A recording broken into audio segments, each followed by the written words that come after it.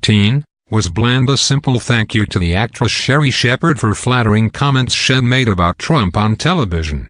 When Trump's young social media manager saw the tweet, he was perplexed. He typically typed and sent Trump's tweets for the boss, but in this case he hadn't.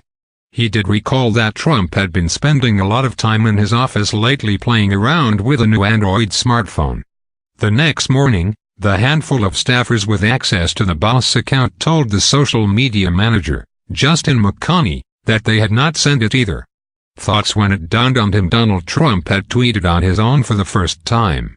The moment I found out Trump could tweet himself was comparable to the moment in Jurassic Park when Dr. Grant realized that velociraptors could open doors, recalled McConney, who was the Trump Organization's director of social media from 2011 to 2017. I was like, oh no. At the time, no one, not even McConney himself, could grasp what was to come. Now, in rare on-the-record interviews with Politico, McConney, who left the Trump Organization last year, has laid out the story of Trump's journey from an old-school Luddite to a social media maven. While the president's Twitter use has been covered extensively, this is the first time the inside story of how Trump conquered social media has been told in full. McConney's account sheds new light on how Trump built his approach to the medium that won him the presidency with first-hand insight that predates that of any of Trump's current White House or campaign aides. He also has a warning for the president and his social team: up your game if you want to stay competitive in 2020. He needs to return to engaging directly with his fans again, advised McConney, now a social media consultant, who said Trump should look beyond Twitter and pay more attention to other platforms. The president's Instagram account has become particularly bland and impersonal, he warned, and he wondered why Trump had not been using the platform's popular stories function, which other politicians, including Trump's potential 2020 Democratic rival, Beto O'Rourke, have used to great effect. He should be live streaming from the Oval Office, McConney said. That was not a possibility anyone envisioned in January 2011, when a couple of Trump Organization executives asked McConney, then a 24-year-old film school graduate and the son of the company's controller, if he could pull together a video to be shown at a weekend meeting of Trump's golf course managers at Mar-a-Lago. McConney jumped at the chance. But as he began editing, he was surprised to learn the Trumps did not have a YouTube channel. Instead, he had to trudge to a closet in Trump Tower full of DVDs and old VHS tapes featuring the family and their properties. The video McConney stitched together featured rock music over a montage of clips focused on Trump the man, rather than on the company's scenic properties. It was not what the executives had been expecting. But Trump himself liked this approach a lot. The following Monday, McConney's phone rang.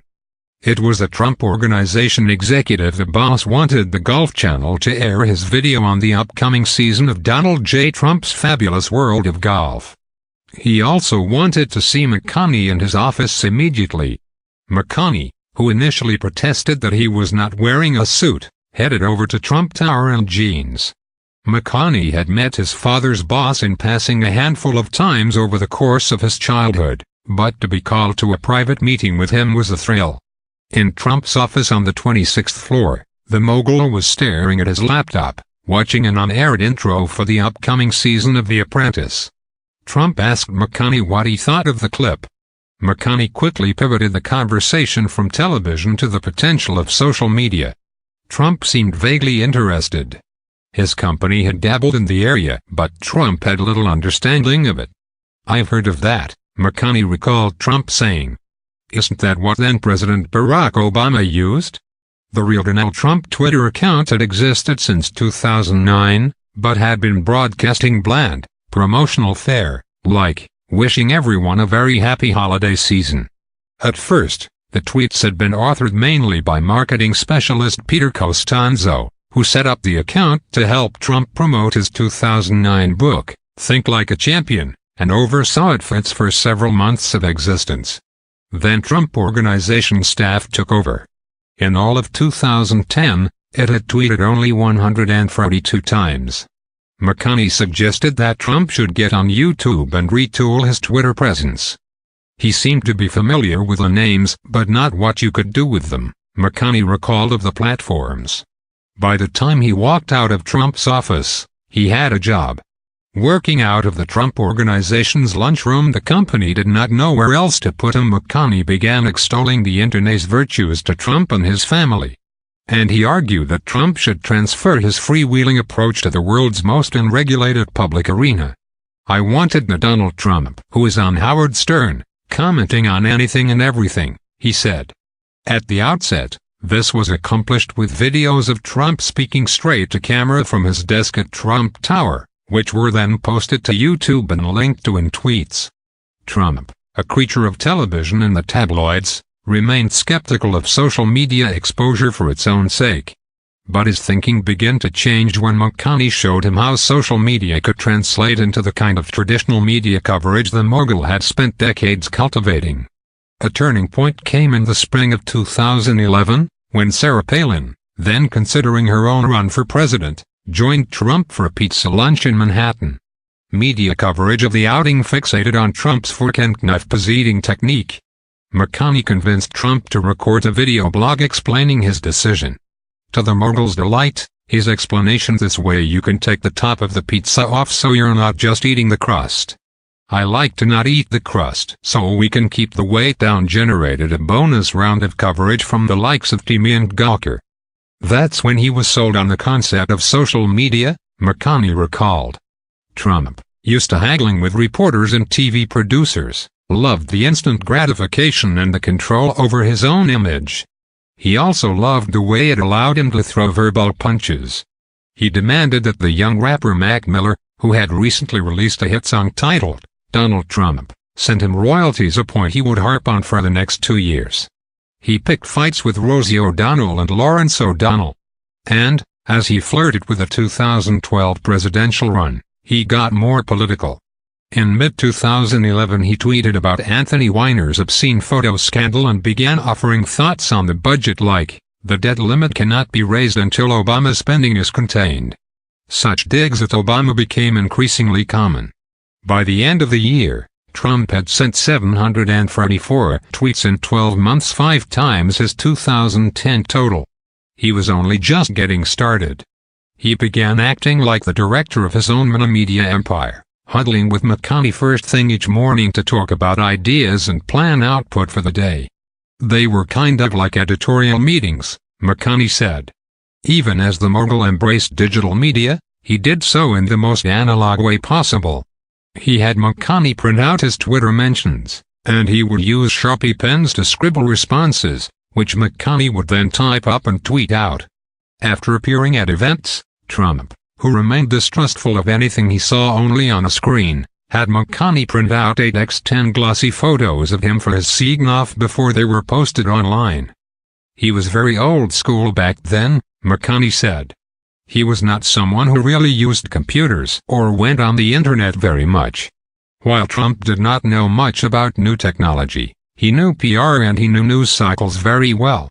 If some major news broke throughout the day, Trump would call McConney in to plot out a way to comment on it quickly, even if it meant interrupting his meetings.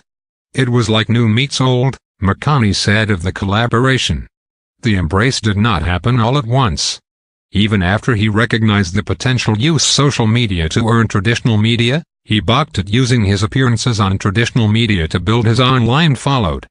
Trump resisted McConney's suggestion that he do so, grumbling that touting his Twitter handle and television appearances would look dumb.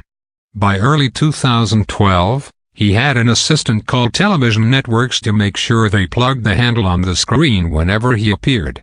By that spring, real Donald Trump was being displayed on screen during The Apprentice. Trump was now tweeting at a pace of 10 times a day. He began phoning in tweets to McConney at all hours, dictating the precise placement of dashes and exclamation points. At first, the calls would come from Melania, who saved McConney's number before her husband did, and would hand her husband the phone after saying hello. The calls sometimes came after midnight, other times at dawn. Trump once called at 2 a.m. on a weeknight and demanded to know what McConney was doing up at that hour.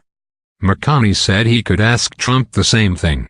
Trump ignored that response and told McConnell he'd see him in his office first thing in the morning.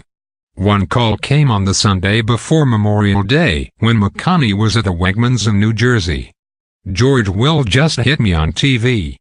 I have to hit back," Trump roared after the conservative commentator had appeared on X this week. "Write this down and tweet it out immediately," he instructed. Trump would call McConnell on a Saturday to order up a tweet, then linger on the line for 20 minutes as others popped into his head, with Melania offering thoughts in the background. "Dude, I'm thinking in my head, it's the weekend," he recalled. After Obama checked Trump in his first debate with Mitt Romney that fall, McConnell suggested Trump should live at the second presidential debate, which he did, by phoning in his occasional musing to McConnell. "Because Obama was so pathetic in the first debate, tonight's audience will be humongous. People want to see if he is for real," he opined. As the pace of Trump's tweeting continued to accelerate, he enlisted other tech-savvy staffers, like his assistant Meredith McSiver, to publish his tweets whenever McConnell was not on hand. Even so, McConnell could barely keep up. Then in November, on a flight to a Trump resort in Miami, Trump asked McConnell whether he preferred iPhones or Androids. When McConnell indicated the former, Trump responded, "But the screens are much bigger on the Android." Trump soon had one of his own, and the following February, he began tweeting for himself. The shackles were now totally off. In 2013, he tweeted more than 8,000 times. From time to time, McConnell would advise against individual tweets Trump proposed sending. Often, he would walk away from a conversation believing Trump had been dissuaded, only to see the tweet appear online 10 minutes later. That month, Trump live-tweeted the Oscars from his phone, offering thoughts like, "Django Unchained is the most racist movie I have ever seen, it sucked." Trump and McConnell continued to experiment with other social media, including Instagram. But Trump was hooked on tweeting. When he entered the Republican primary field in 2015, the strategy the pair honed together became an invaluable political weapon. Drawing from the lessons of the past 4 years, Trump used outrageous tweets to earn traditional media coverage as his better qualified opponents struggled, mostly in vain, to grab their fair share of attention. In the campaign's early days, McConnell continued to lend a hand. He cut 15-second Instagram attack ads, many of them needling Jeb Bush, earning plaudits for the novel format. But McConnell was still a film school grad at heart and had little interest in politics.